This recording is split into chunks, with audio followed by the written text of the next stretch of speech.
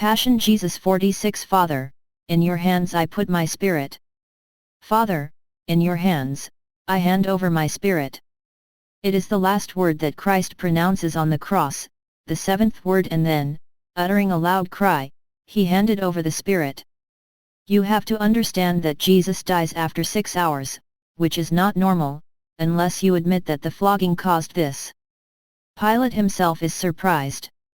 Jesus had warned, "My life, no one takes it from me, and it is I who give it, and I have the power to take it back when I want." He will be resurrected 3 days later, and Marie, she knows it, she believes it, she has no doubt about it. So he stops suffering at a given moment, having everything experienced, including despair, which indicates that there is not an infinite end to suffering and even to ours. God willing, our suffering stops.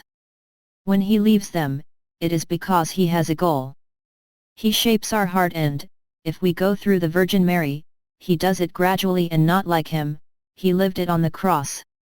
Jesus puts his spirit back, so his spirit separates from his body. We can therefore say that God knew death, because Jesus is the person of God. Obviously, his divinity, his divine essence, remain linked to his soul which descends into hell, which reveals itself to all the dead who were waiting, starting with the good thief who enters that day in the beatific vision. On the other hand, his body, which remains on the cross, is also united to his divinity. And so in the tomb, one can worship the presence of God. This corpse of God is united with the divinity of God. Why does Jesus want to go through this biological death when, being Immaculate Conception, there is no need? He is immortal. He could have stopped things after his despair and then moved to the next world. He wants to go there because he wants to experience all the passages through which we pass, including the descent into the passage of death, 3 days, as we stay there. 3 symbolic days. They can be shorter or longer, but, we pass by there, it takes the way of any man, in order to accompany any man in this way.